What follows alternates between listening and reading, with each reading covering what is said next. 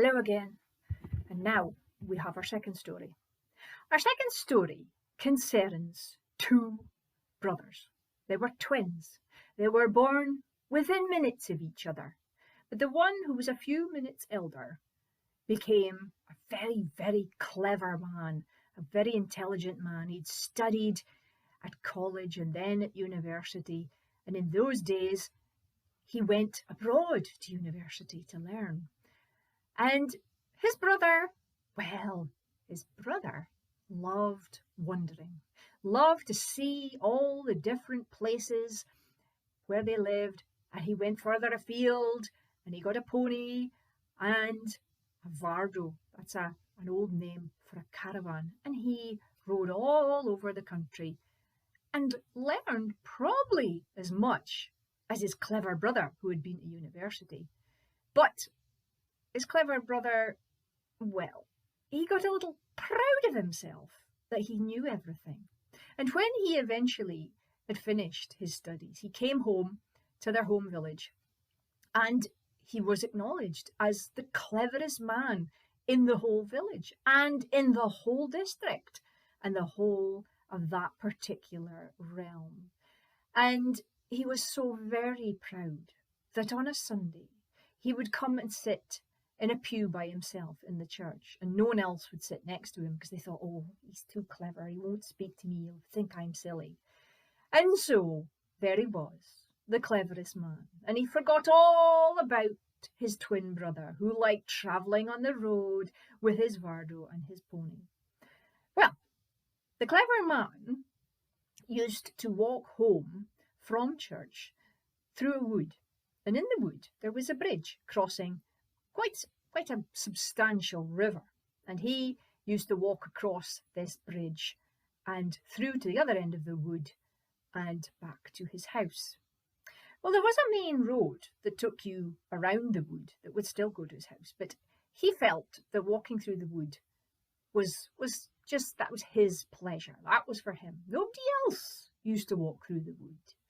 And they used to warn him and say, well, you've got to be careful, because the devil sometimes visits that wood, and it would not be very good to meet the devil.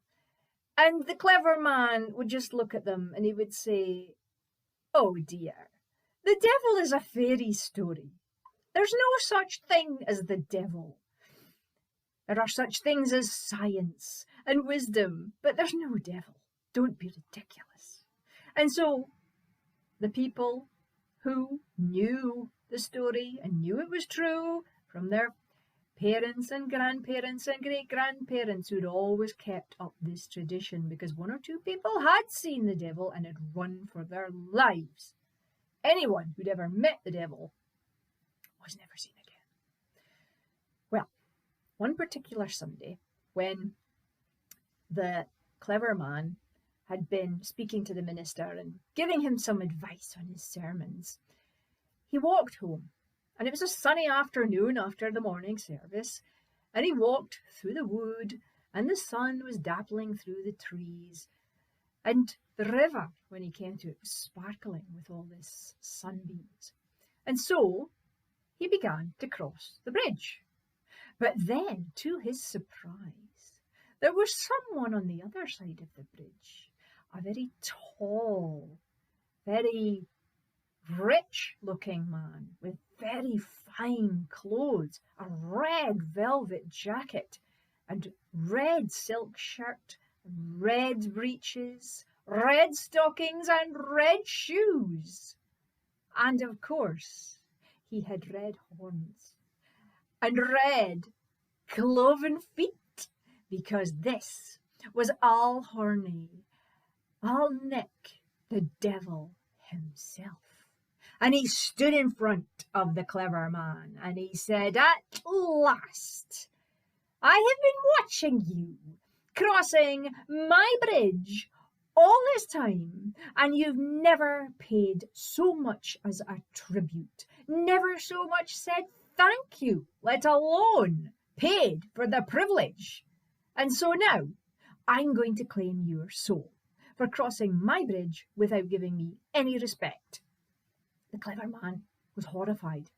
This was the devil, the person he didn't believe in. But clearly, there he was, and his little red tail with a spike at the end proved it. And the clever man said, "Oh no, please, give me a chance. What can I do? Let me prove my wisdom to you, and then perhaps you'll spare my soul." Well, thought the devil, you are very clever. I've heard all about you. So, to test your wisdom, I'll give you 3 questions. And you must come back here in a week's time and tell me the answers. And if you get them wrong, then I'll still take your soul.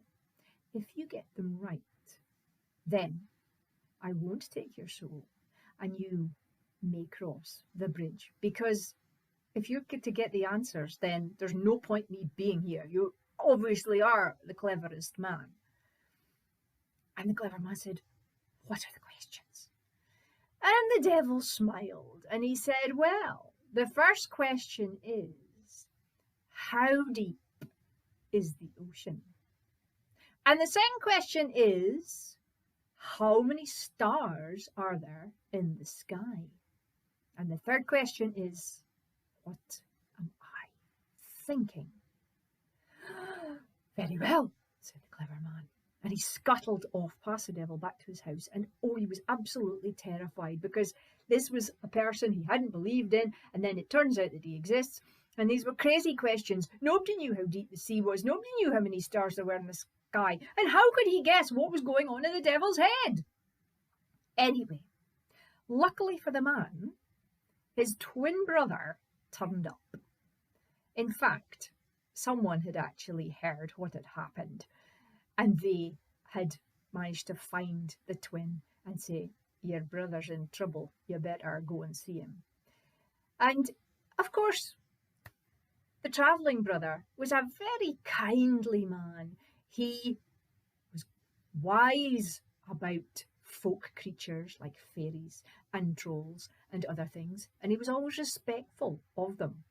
And of course, he respected the power of the devil.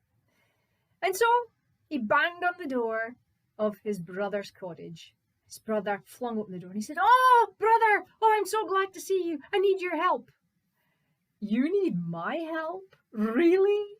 After you've always said that you're far cleverer than me, because I didn't go to school, I didn't go to university, but you did, you know everything. What can I possibly do to help you?"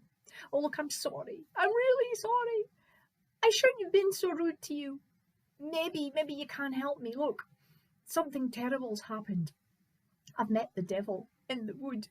And if I don't answer his 3 questions by next Sunday, then he's going to take my soul to hell. Please help me." "Very well. Let's hear. What did Alhorny ask you?" And the clever man said, "Well, he asked how deep was the sea, the ocean, and how many stars there were in the sky, and what am I thinking?" "How on earth can I answer that?" "Don't worry. I'm sure I can come up with something. Look, I'll stay here, and next Sunday I'll wear your clothes and walk through the wood after church. Okay?" Oh, thank you so much, brother. Thank you so much." So the 2 brothers went to church next Sunday, but they'd swapped clothes. So no one could tell them apart. They were that alike. But they were surprised that the clever man seemed to be very pleasant and in such a good mood. And he wasn't rude to the minister and gave him pointers in his sermon. And he said good morning and good afternoon to everyone. And so the 2 brothers walked back to the wood, the edge of the wood. And the travelling brother, who was wearing the clever man's clothes, said, "Right, you go by the main road and I'll see you at your house." "Are you sure? I don't want you to end up in hell. You're my brother after all." "I'm not going to end up in hell. Get home and get the kettle on."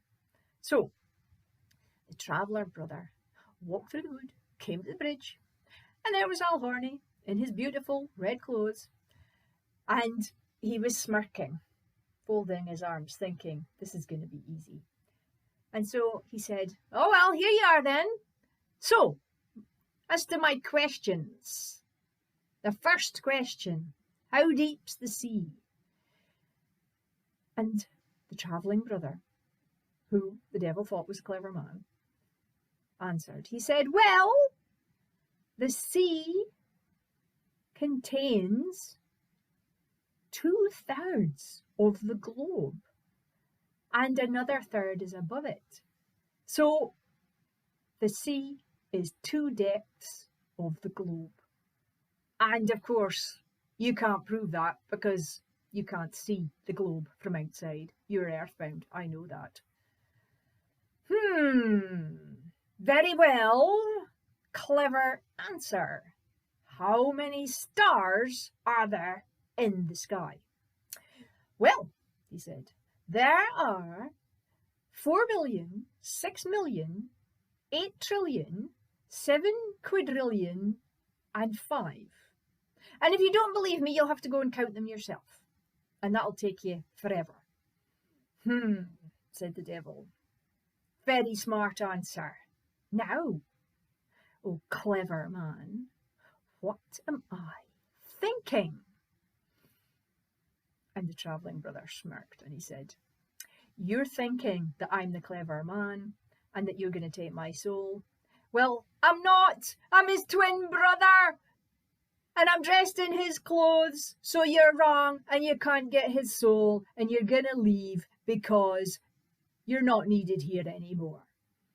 The devil was so furious that he disappeared in a puff of smoke and was never seen in that area again. And so the travelling brother went back to his brother's house, pushed the door open. He said, is it tea on? And the clever man was like, oh, you made it, you made it. He said, yes, I made it. Now, remember in future, book learning's good, but learning from nature and learning from looking and seeing and asking questions is just as important. So, don't be so proud of your book learning in the future. Well, the clever man changed completely. He was helpful, he was kind, he learned from his brother, who went back on the road to go out and learn more about the world and nature. Because as he said to his brother when he left, he says, every day's a school day. So, that's the end of our story.